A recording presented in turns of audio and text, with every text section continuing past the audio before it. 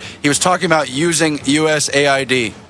That's really incredible. Go ahead, Charlie. I say I'm looking forward to it. Like, it's a good thing. I'm looking forward to looking at that. I mean, that's extraordinary. And yeah, wow. I mean, so much information coming out. And you know, this attack on the reason why they're attacking nationalism. Well, one of the reasons. You know, they hate any kind of patriotic feeling, and because they want to set up this kind of transnational bankocracy. You know, these people that are sitting around the table, still sitting around the table of Bilderberg, are desperate for there to be this completely dissolved world that they can sit on top of. You know, so the whole thing becomes them as a kind of, technocratic Maoist sort of panel of expert bankers that control everything on our behalf. You know, and you can sort of see it shaping that way. And anyway, and it's just fascinating to see to see a little bit of the history towards what we're dealing with today. I totally agree with you. And again, we have hundreds of pages of these, and we've got the talking points, the agenda, who's there, what the speeches are going to be. We have the minutes of Bilderberg 66. And we have very few other minutes. We have some from the 50s, and it just shows everything they want, they get. And now it's the rollout of the police state. Now it's the takeover of society by people that took over via getting our tax money. Powerful elites took over government, took over the media. This is their program. This is their plan. This is their operation. And so this is the Bilderberg leaks. I mean, that's really what this is. And as soon as we get back today, we're going to scan these documents in, and we're going to get them up to link them into the article. And Paul will have more articles tomorrow. Kurt and Emma is welcome to write articles on it. And anybody in our office that thinks this is important, because this is a big deal in every sense of the word. Aaron Dykes, continuing with the data dump. Yeah, well, this, in the invitation letters and the briefings that happened before Bilderberg, there's several layers of that about the travel arrangements, etc. Prince Bernhard and his secretaries point out how two people are the top U.S. diplomats to Bilderberg. One is Joseph E. Johnson. He's the president of the Carnegie Endowment for International Peace. Not any kind of peace, international peace. He's also the head of the World Peace Foundation. The other's George W. Ball. He was Undersecretary of State under JFK. They're both big architects of the Vietnam War and of the larger world government mechanism. There's a bombshell quote you can look up from George W. Ball where he tells JFK within 5 years we're going to have 300,000 troops in Vietnam. JFK looks him in the face and says, George Ball, you're supposed to be one of the smartest guys in the room, but I think you're crazier than hell. It's never going to happen. In other words, over my dead body. Well, we all know what happened, and you got John J. McCloy, among others, on the Warren Commission there at Bilderberg in 1966, only a few years after JFK was assassinated, and I can tell you it wasn't from Oswald. And again, he warned of the military-industrial complex taking over just as Eisenhower did.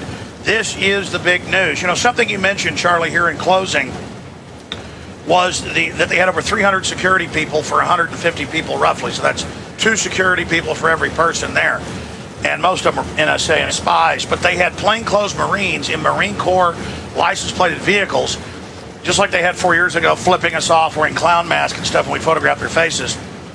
The Marines would drive out, shaking their heads at us like we were the traitors because we didn't like foreign banks and the New World Order conquering America. And using us as an engine of global tyranny like German Hessians or mercenaries or something.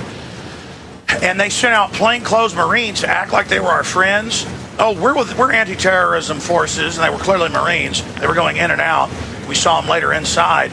And they would shake our hands and try to crush our hands and poke their thumbs into our hands and laugh at us. And it didn't really hurt. The guy would try to hurt my hand. I would just sit there and wouldn't even squeeze and let him do it.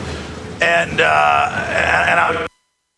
I'm not a tough guy. I had my finger cut off. I've had legs broken, everything else. It certainly doesn't hurt. You're squeezing my hand, son. And so and they're bugging their eyes out. And I learned they were dressing down younger people and couples and telling them to leave, running around doing psyops. We had the Marine Corps illegally engaging us within our group. I mean, this is what America's come to. I've got to American people. Can I tell you go ahead. happened outside the gate?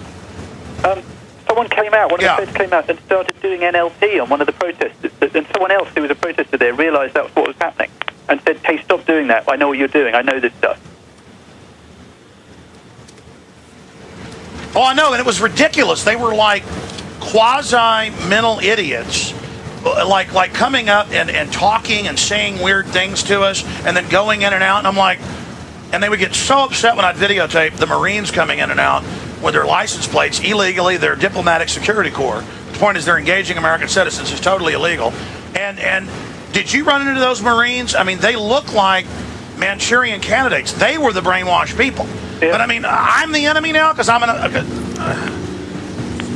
I'd like to bring up something else because you mentioned Gary Kasparov. No. Go ahead. We'll go back to Gary Kasparov in a minute. Go ahead. Finish your point, Charlie. I was going to say what was really heartwarming, though, was actually the amount of education of the police that went on. Skip the break. And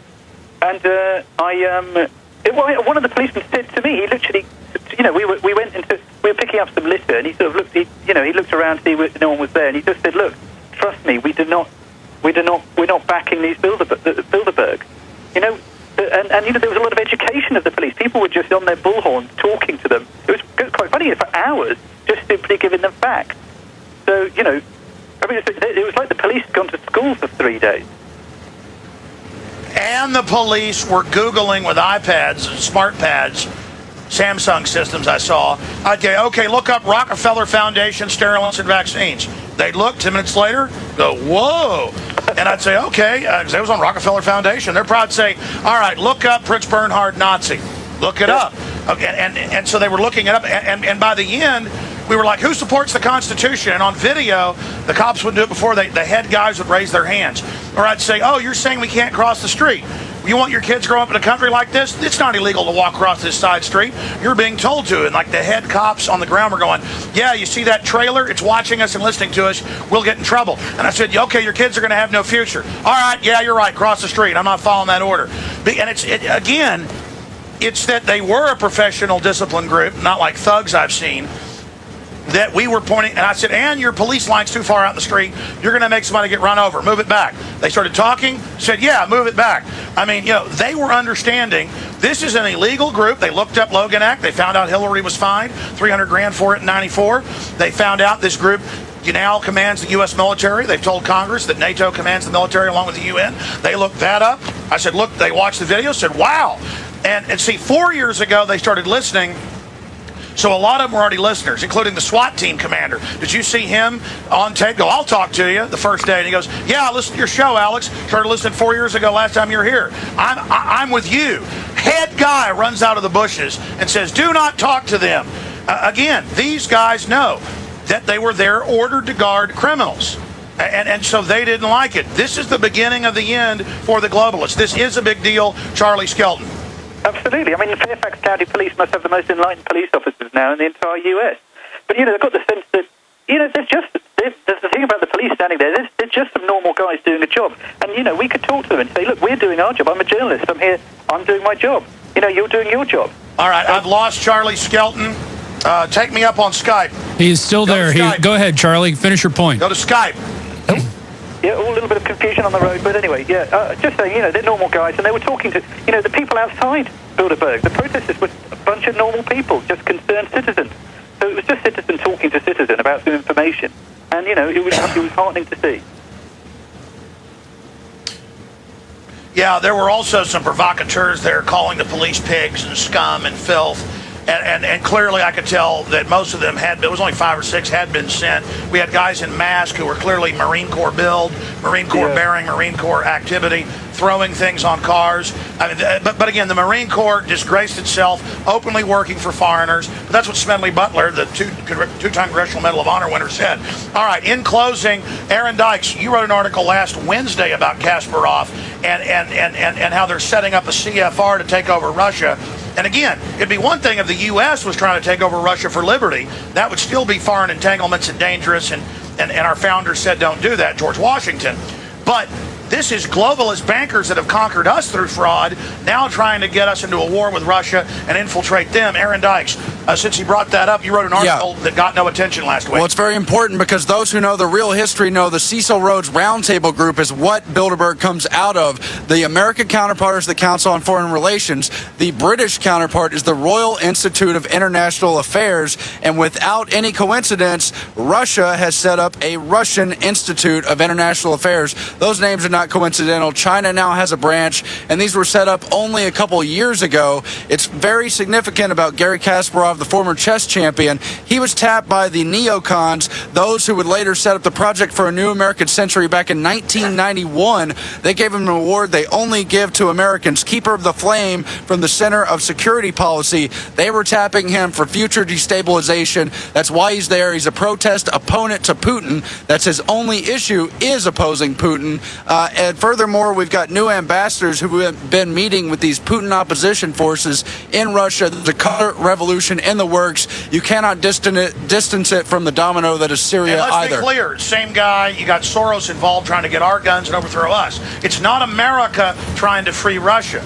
It's the bankers trying to enslave it. Just like they're not trying to free Syria, I would still be against it because the founders pointed out why it was wrong and dangerous. Thomas Jefferson, evil guys like George Washington, is that they're trying to put Al-Qaeda in Syria. Even in the LA Times have said all the Jews are dead, the Christians are expelled from the second oldest Christian settlement in the world is Syria. Second oldest in the world. I do not support Al-Qaeda. And if people out there want to say I'm evil because of that, and they have written a bunch of articles saying that this week, claiming I support Assad or I support Putin, no, I support America and the Bill of Rights and Constitution. I want the banker occupation out of here. And this is incredible to have these foreign banksters here doing this and trying to set all this up. This is a global corporate fascist government playing countries off against each other. Charlie Skelton comments on what Aaron Dykes just said. Just fascinating. That stuff about the internet, the Chatham House, and the Royal Institute of International Affairs. The idea that still the flame is still going there. And back in 1946, that was where the Chatham House that Joseph Ratzinger made a speech about Europe, where he set out his vision for which turned into Bilderberg. Some 8 years later, their first conference. So it all ties in. It's all he was a British secret agent, and he worked did special forces and a top Jesuit, and we can. I just wanted to say before I forget, it was a great party atmosphere this year, but we want more people as well. And if anyone wants to email me, I put a link at an email address at the bottom of my last piece, which is bilderberg2013@yahoo.co.uk. If you live in London, drop me a line. We'll go and have a debrief. If you're interested in coming next year, I can help. Talk to you about that. And everyone has to talk to each other and get social media working so that it's even bigger and more of a party next year. I agree. Yeah. Absolutely. Send your emails to Kurt@Infowars.com, to Paul Watson's email, to Show Tips, to Rob D at Infowars.com, to everybody, to Aaron with 2 A's at Infowars.com. With more data dumps, with more data, we can bring down these criminals. They've now been exposed. People now know it's real. So many people came there to say, I just wanted to see if you were telling the truth and if this even existed. So many people still believe the mainstream media that this stuff didn't exist. But how the Royal Institute of International Affairs works, how the CFR they created in 24 on Pratt Street, New York works, how this new Russian model works, is they go in, they give you unlimited Rothschild, Rockefeller money, if you'll get in business with them to then undermine and bring down the countries. And again, the globalists teamed up with the communist Chinese. There's a big alliance there. Russia's in the crosshairs, and they're using this to destroy us. Superlative job, excellent job, Charlie Skelton. Thank you for all you do, my friend. No, thank you. Thank you for being there and bullhorning away. It was great. All right, we'll talk to you again soon in the next few days as more things break. Third hour coming up on TSA, then more with Aaron Dykes and some of your phone calls. But I want to say this. I'm glad Charlie mentioned the mole thing and he gave out his email. Contact us as well. I forget to do that. We want the data. We'll get it. You are listening to GCN. We are live in the next 20 minutes or so, 30 minutes. We are joined by a gentleman who's been tirelessly fighting the paramilitary. Look at police pulling people over, totally feeding to expand their numbers against us. This is the Bilderberg Group. 30,000 drones, checkpoints, armored pillboxes, 450 million 40 cals, checkpoints everywhere, shutting down farms, total harassment, all of this going on. TSA now at checkpoints everywhere. He broke that up in Michigan at rock concerts, TSA hands down the pants, TSA commanding everyone, the feds out of their jurisdiction, not even sworn police. He's the guy that gets stuff through the scanners to show they're a fraud. They try to censor the media. They threaten the media. He's got the blog TSA out of our pants. It's now come out they're hiring pedophiles.